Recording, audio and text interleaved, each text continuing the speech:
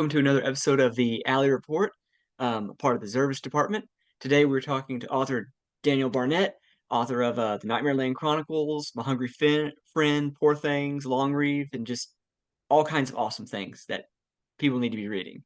Thanks for coming on here. Thank you, Elford. It's much appreciated. It's a pleasure to be on here. I'm always happy to just sit and chat, stories and stuff with cool people. Awesome. I don't know how cool I would be, but glad to be. You're cool. You're cool. No Uh, self-deprecating here.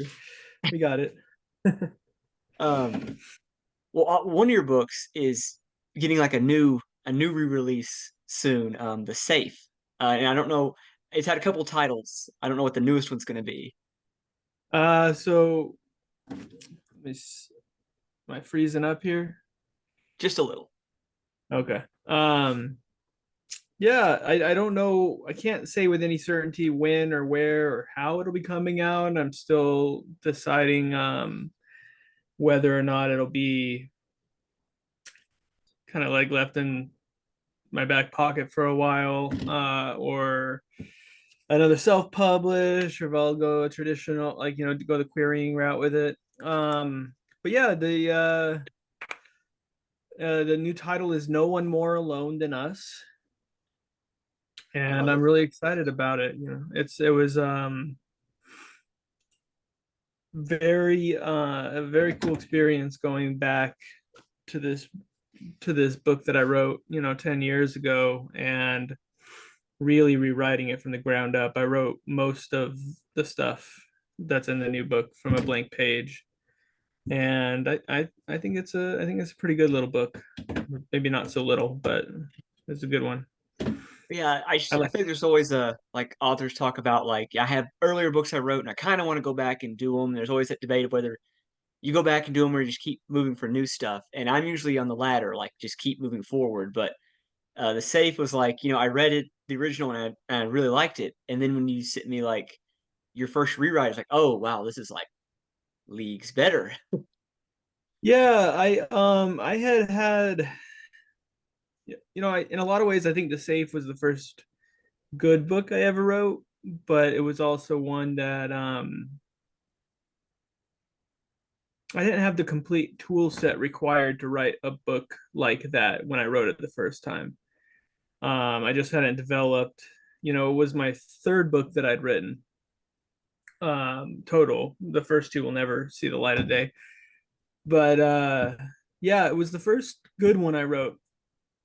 But I just, yeah, I wasn't quite there yet as an author in terms of my voice. And I didn't, yeah, I just, you grow a toolbox, right? The more you write. Yeah. And I wasn't, The Safe has such a large cast of characters, and it was the balancing of like the setting of this mental institution in the woods, the cast of characters of the people who reside there behind bars and the people who work there. And I found years later, I kind of found like the through line for it, like a way to re-explore and revisit that same story and keep it a lot more intimate and a lot tighter focus on the main characters and really like develop them and let them shine in their relationships and their interplay and stuff. And since you read that like kind of rough first draft of it, pretty rough, I think it's a lot better now. It's also about like 13,000 words longer now too.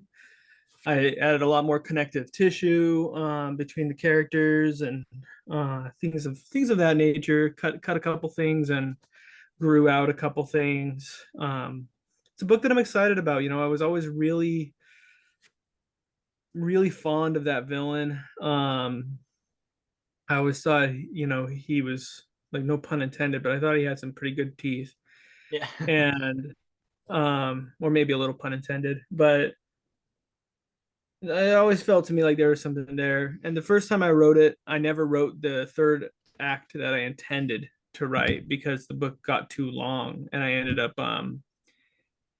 cutting it short in that regard, because it was already too long. And so to go back and, the safe is, I think, like 132,000 words, and this new version of the book um, is about 106 or 107, but it has so much more in it, and more than even when you read it. Just so much more, tension and suspense and excitement, and everything's just kind of hews a little closer to the bone, I think.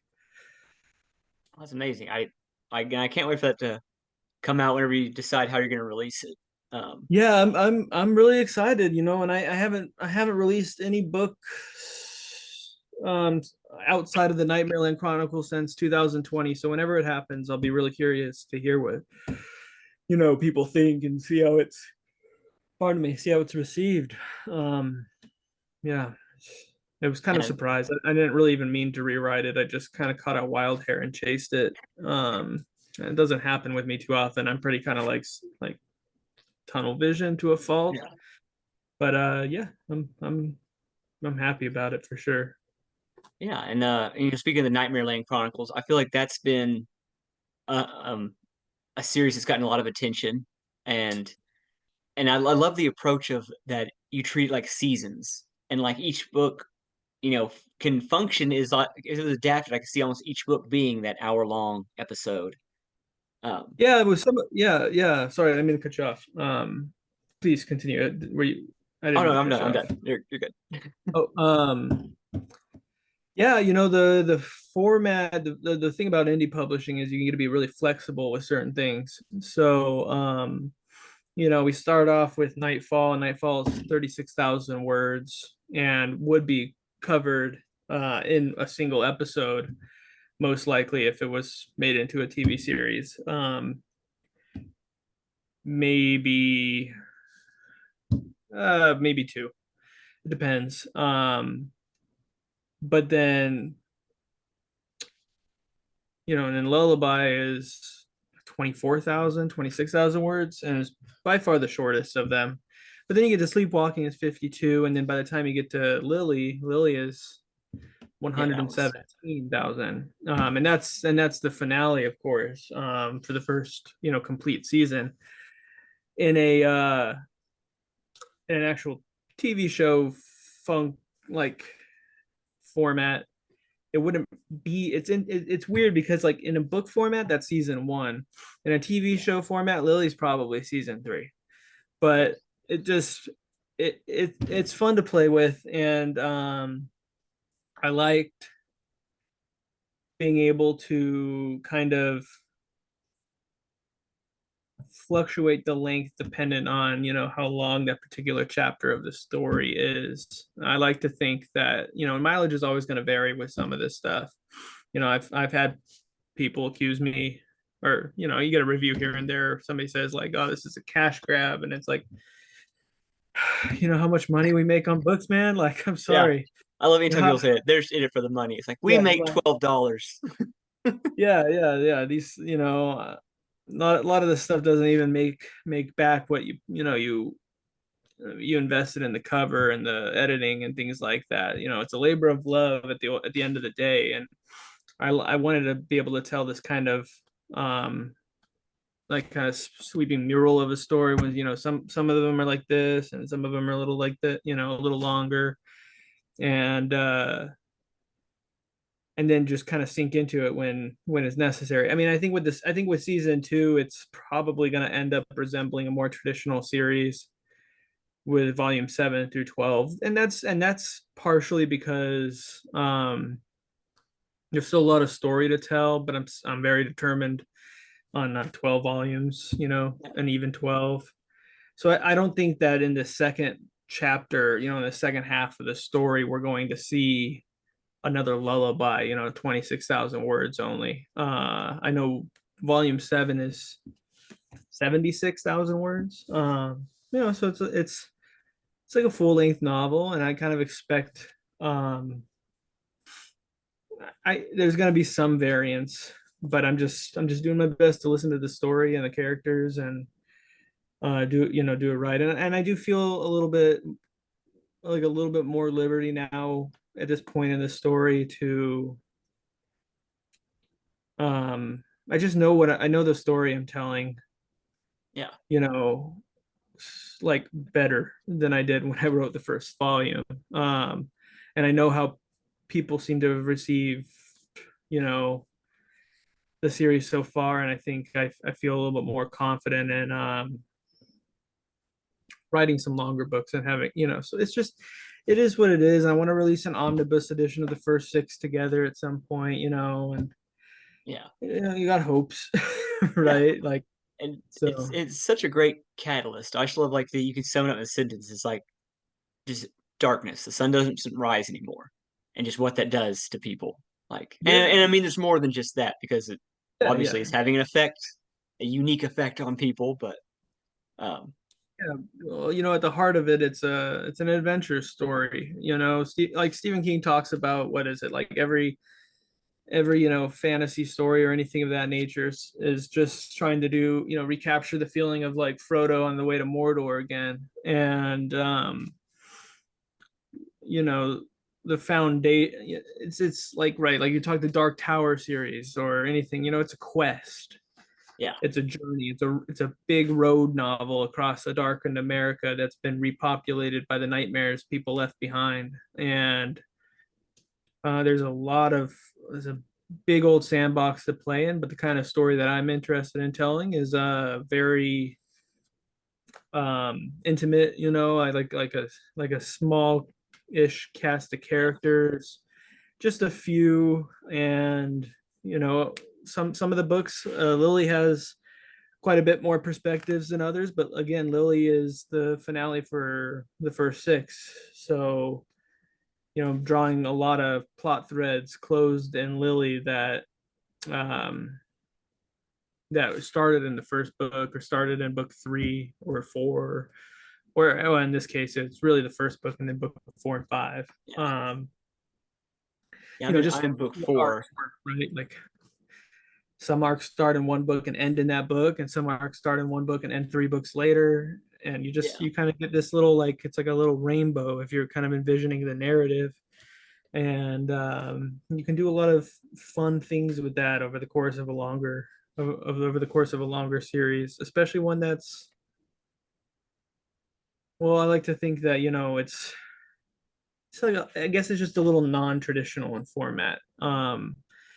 It's not a traditional series, but it's not a traditional serialized novel either. It sort of straddles the fence between those two and kind of is what it needs to be, or what, mileage may vary, right? Like, I know there's a lot of people out there who don't like to start series until they're done, until they're totally finished, because they've been, burned by authors leaving series incomplete in the past. And I know there's some readers out there who have really appreciated that, some of these books kind of start you off with the bite-sized format, but then I'll have other people, saying, when's the omnibus come out? Because I don't want to buy, six different smaller books to read. I want just to have a big fat chunky book, so I'm kind of trying to, like, hopefully eventually get it out there in a way where however you want however you want to read it, experience it, or whatever, it's up to you, it's there.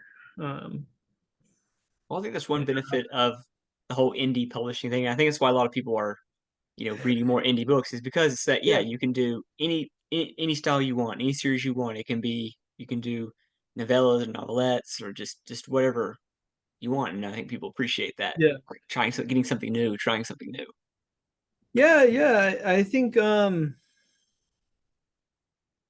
I'd like to think so, for sure, for sure. I Yeah, mean, there's a whole bunch of different kinds of readers out there. And people, sometimes people want some, it's like that right balance of like new and familiar. And this is a story that leans on some of my own favorite, archetypes, or what have you. When I cite the inspirations for the story, before the show came out, I've always mentioned The Last of Us. hmm, And because it was very informative, it was a very big inspiration for this series. and the Dark Tower. Both John Hawthorne and Roland share this. Like, Roland has the Dark Tower, John has a blue house by the Atlantic Ocean. Yeah. It's different, different motivations, different reasons. But similar, and this like kind of like this end goal that's established early on. And but then there's just like all these other, you don't cross a whole dark country populated by nightmares and all sorts of stuff without like unexpected shit happening all the time. So, just it's a fun sandbox to explore certain things, and I like the characters a lot that I'm on this journey with. I'm got a lot of, they matter to me in a big way. I hope that comes through. When the readers read it, that this series was approached with what love I have to share. So Yeah, I mean, I got that because it really feels like you're in the first, like I said, I'm in book four, that you really are building, this core group.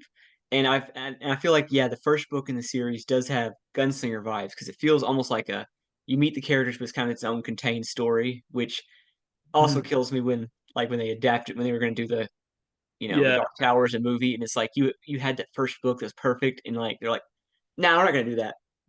Well, hopefully We're going to adapt Flanagan gets like out of the his seventh way. book. Yeah. Hopefully we get Flanagan to, he's got the rights for it. We just needed that project to get, greenlit or and moving in whatever way it can, because that's a special story to tell, and he can definitely do it justice. Yeah, So that's as soon as I heard like Flanagan's take, it's like, okay, this guy, he gets what we like about the Dark Book, it's, who like oh about the yeah, Dark Tower. yeah, the best adapter of Stephen King's horror fiction, bar none. Darabont gets a very big nod for like the Shawshank Redemption and stuff. Um, but in terms of horror, Flanagan's got his finger on the pulse. What makes Oh a yeah, King very special, and not just a King story. He's obviously an incredible storyteller himself. So yeah, oh yeah, absolutely.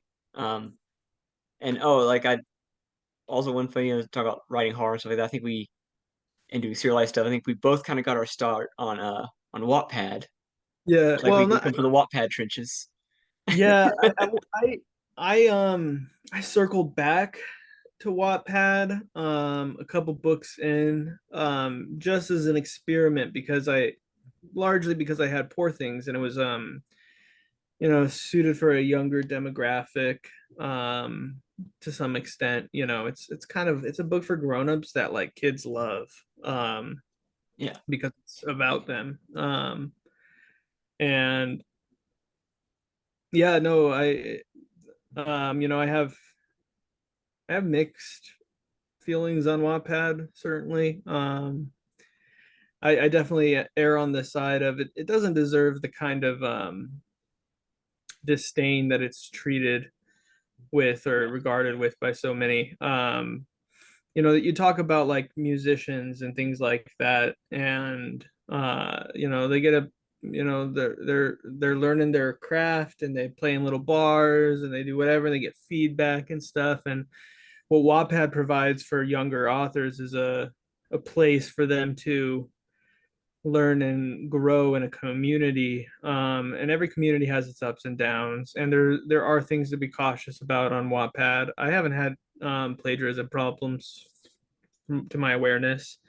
I think some of that is a little bit overblown. And I'm not necessarily the most worried about that anyway. Um, like that's a different subject. I'm not it's not like on super high on my concerned list whether or not somebody's like reading my work for free or whatever. Like, it just isn't. Wattpad,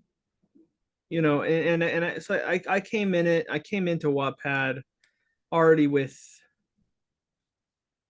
3 published books under my belt. I think, I was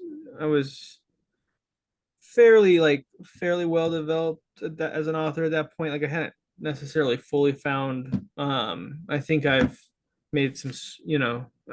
You talk about finding your voice or whatever. I think it's Yeah. more than just finding your voice. It's really about learning to identify exactly this kind of story you want to tell.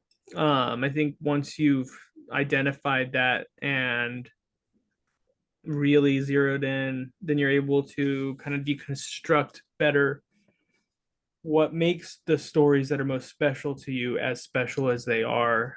And I think for most authors, I mean, I know for me, what I'm trying to do is recapture a feeling that comes from reading my favorite work. Yeah. And you again, you can't really measure success in terms of something like that, but you just you strive towards honoring honoring the story and the characters and yourself in terms of if you know what you're doing as an author and you're having a great time with a story, chances are it's pretty good, like or it's going to offer something to somebody anyway. So yeah, so like I don't know, the Wattpad subject, I guess. It's not for everybody there, but I don't think it needs people need to look down their noses at the way it need to look down their noses at it the way that they do based off of some quote unquote stigma. There are authors on Wattpad who are just as good as like a lot of people in the indie community that Oh, absolutely. Yeah. and I know that like that's like could be a controversial statement or whatever, but it's just like there's so many roads towards what kind of success or what you're looking for. You're gonna get on Wattpad as an author, especially, and if you're starting off, this could be really valuable. But like people can, the ability for readers to comment on specific lines and stuff. You get a discourse within a story that you don't get otherwise, unless you're really big. Like Yeah.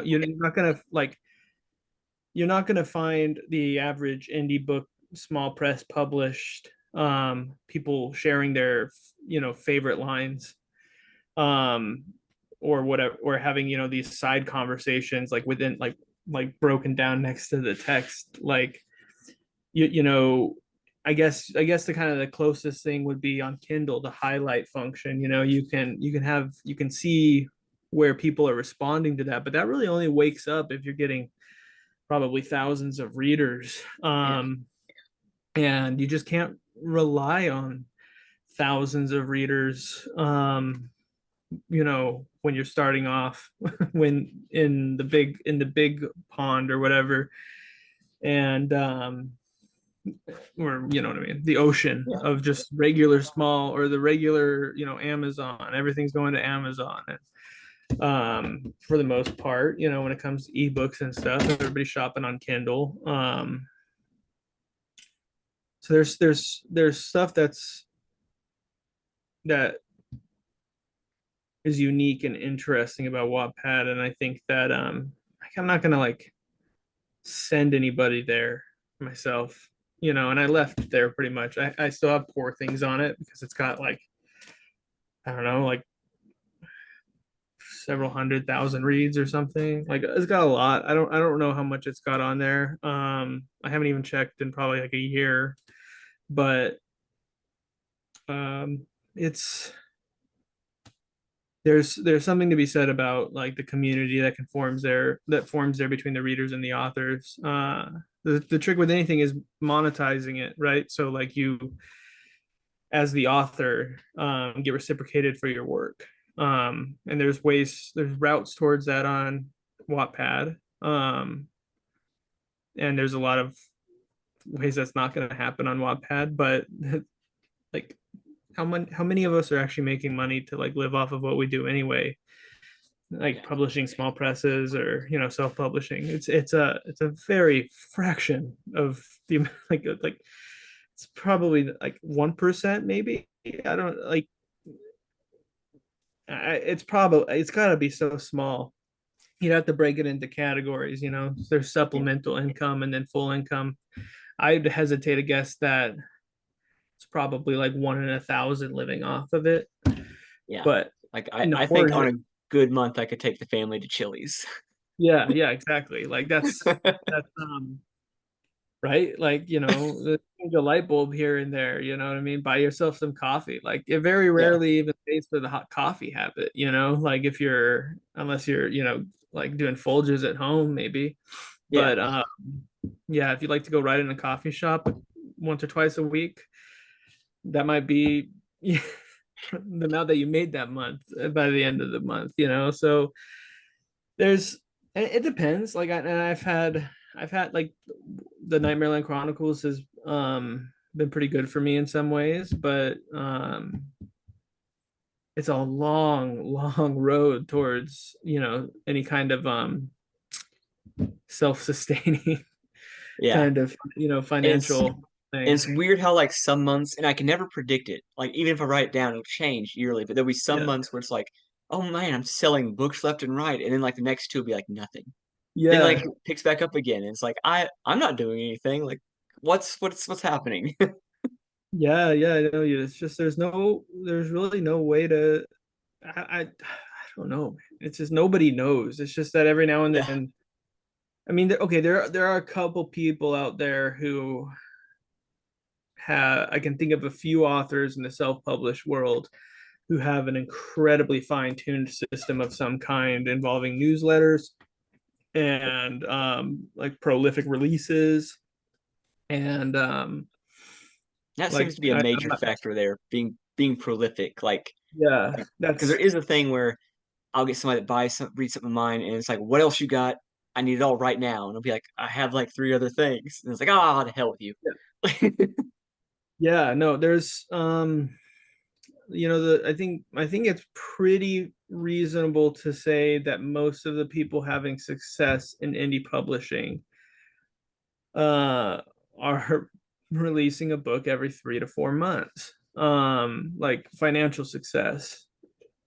Maybe also you can say a little bit of I'm not speaking with, and anybody listening to this, I don't have any disdain towards any particular genre or whatever. The other kind of wheelhouse seems to be extreme horror, because it sort of occupies a different uh, scandals sell, right? Like Yeah, anything scandalous attracts interest. It's just like human nature. It's the algorithm on every social media is drawn towards negativity, scandals, fights, whatever. And extreme horror kind of can has the tendency to kind of create that itself. You write a book that has some terrible, shocking thing in it, and you might be lucky enough to have a reader burn it on Instagram, and then 500 more people buy it just to see why that reader burned it, yeah. or to make a symbolic protest against the act of burning a book. And then there's like a dare factor, like Yeah, there's I see on books of exactly, yeah. horror where it's like, this Have is you the read most this? horrifying thing I've read. What else you got? It's like the You people that got are to like, I'm not just yeah, buying Tabasco sauce, I'm buying the yeah. Ass Melter 5000. Like Exactly. that's the Exactly. Yeah. So you got a bunch of voracious readers who are like, oh, but have you read this one? This part's fucked up. That's this is way worse than that. And it's not. I'm not speaking. Like I have my preferences in terms of reading. I really loved The Summer I Died. I thought that was a quite a special book. Um, but extreme horror has its own engine to get people talking about it in a yeah. different way than some other genres or some other subsections of horror. uh and then the other thing, of course, with indie publishing, ones that are successful are like they're writing romance fantasy. I get jealous all the time looking over the fantasy books. Like a popular fantasy book might pull like 60,000 ratings on Amazon. Yeah. and it's like the most popular horror novel, like Stephen Graham Jones best-selling book, billboards in, Times Square, like whatever. Like you look and you see like they can match that, maybe, you know and that's like the number, the number one, not Yeah. just like there's 20 books that you know what I mean, or any given year in fantasy that it might attract that kind of attention. um just, a much different readership base. It's interesting because horror is so big right now. It feels like there should be more, Yeah. but Like um, I'm kind of but waiting it on does. everybody to realize that. Like it's like now's the time. Yeah, Start buying up these indie books and starting yeah, up the TV shows. Like we're all poor and exactly. desperate. We'll take the first deal you offer us. Like Right. So, yeah, no, I mean, I don't even remember where we got started on that, but yeah, it's, everybody's just kind of trying to, do their best to get by out there. yeah. It's just kind of a hard vocation for it. Mhm. Yeah, absolutely. Indie horror is like it's very rewarding, but also has absolutely has its challenges. And Yeah, like you said, because there's no because people have like, well, here's how I got success, and it's like people can try that and just it doesn't work, and you just never know. yeah, Like, no, and I mean, here's the thing. There's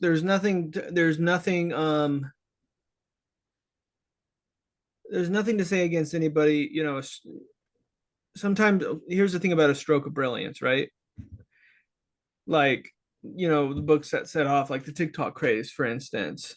Um, there's nothing to be said, or there's something to be said about it, which is, I mean, I'm trying to find, like, put this in the best way. Like, most of the time that happens because of a stroke of brilliance. Um, and it's great. But there's 100 strokes of brilliance a month that don't catch on. yeah, I mean, like I had like one month where all of a sudden I had sold like 100 books, and I was like, what is Yeah. happening? And it was somebody on TikTok had read one, and she did a post like, this book's amazing, you should check it out. So for like one month, like sold like crazy. Yeah. But then like then move on. But yeah, and it's just one of those. I You post on know, TikTok stuff, but it's like it's got to be that right person, right post, the right there's time. there's no way, and it sounds like insulting to say like flash in the pan or whatever, right? Like, Yeah, or, a lot of the TikTok thing is kind of just a gold, it's just a gold, what do you call it? Gold chase, is that the yeah, word? Gold yeah, hunt, gold mine, I don't know, but a gold rush, sorry, I'm like late in the day or something. um but, it's some people strike a big deep vein of gold, and it is, they deserve it. Fucking great for them. mhm, And then the system unfortunately tries to model itself to replicate that success, but you can't replicate striking a vein of gold, yeah, because it's not just about what you do as the author.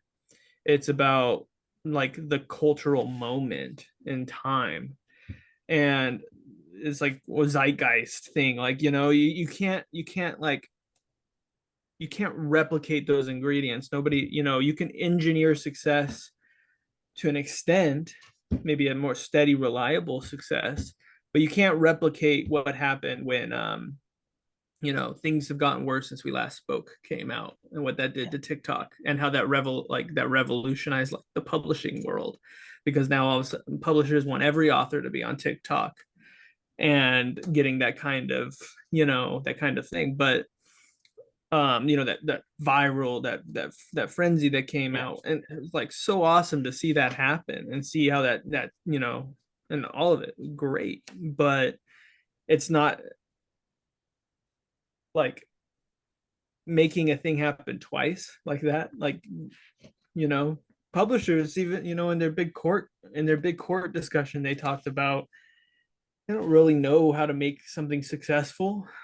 The It, best thing I you can do is just put a lot of money behind it, but they're not going to invest a lot of money into everything. And so at the end of the day, they're kind of at this point in the stage where this awkward situation where it's like you have to be popular to get more popular. Um, and that doesn't really leave much room for um, I mean, there's a million ways to get popular, but It can take that's the time, hard and part. nobody wants the You know, time. when there's 2 million books being released a year, or whatever the number is now, it's insane. When there's this just there's so much, and you're competing for visibility on a bookshelf that has, you know, 10 million books on it. Um, how do you stand out? You know, Yeah. and the thing about standing out is it can't be what everybody else is doing. Um, and then somebody finds something and everybody wants to replicate that, like Susan Collins in the Hunger Games. How many, like the Divergent series, how many things after that came out that were like kind of Hunger Games light, or Hunger Games with a shade of something else. um Oh yeah, it is like yeah, impossible. But hey, just before time runs out, I just wanted to thank you yeah, for yeah. coming on here, man. I appreciate it, and yeah, everyone go out and read the Nightmare Land Chronicles like Sure, ASAP. sorry, I should have asked how long your chats are first. I'm Oh, sorry no if I just worries, rambled on. no worries. It's exactly what we want.